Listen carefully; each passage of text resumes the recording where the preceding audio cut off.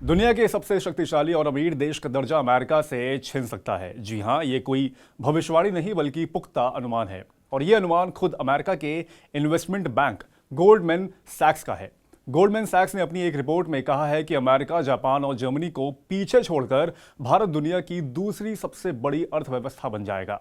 Goldman सैक्स का कहना है कि भारत को दुनिया की दूसरी सबसे बड़ी अर्थव्यवस्था बनने में करीब 50 साल लगेंगे। मतलब 2075 तक भारत दुनिया की दूसरी सबसे बड़ी अर्थव्यवस्था बन जाएगा।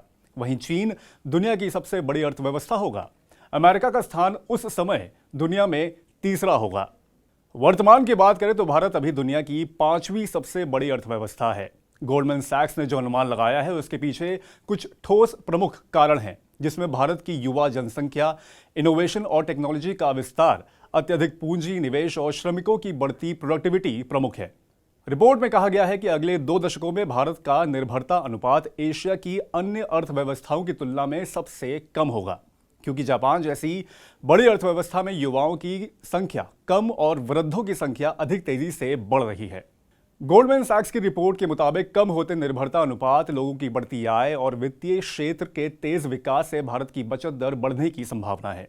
इससे भविष्य में निवेश के लिए पर्याप्त पूंजी उपलब्ध होगी। सरकार भी इंफ्रास्ट्रक्चर विकास पर जोर दे रही है। सड़कों का जाल बिछाया जा रहा है, रेल नेटवर्क का विस्तार किया जा रहा है। गोल्डमैन सैक्स का मानना है कि प्राइवेट सेक्टर के लिए मैन्युफैक्चरिंग और सर्विस में अपनी क्षमता बढ़ाने का ये एकदम सही समय है।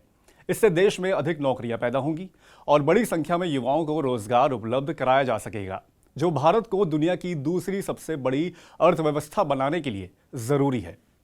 गोल्डमैन सैक्स की यह रिपोर्ट केवल अच्छे सपने ही नहीं दिखा रही, बल्कि ये रिपोर्ट कुछ अनहोनी की तरफ भी संकेत दे रही है। रिपोर्ट में कहा गया है कि अगर भारत अपने युवाओं को रोजगार उपलब्ध कराने की दर में तेजी नहीं लाता है तो ये उसकी आर्थिक वृद्धि के लिए बड़ा जोखिम होगा।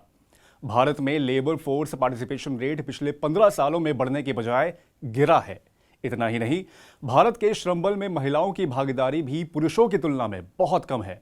इसलिए अब सरकार को अपना पूरा ध्यान रोजगार सृजन और महिला सशक्तिकरण पर देना होगा।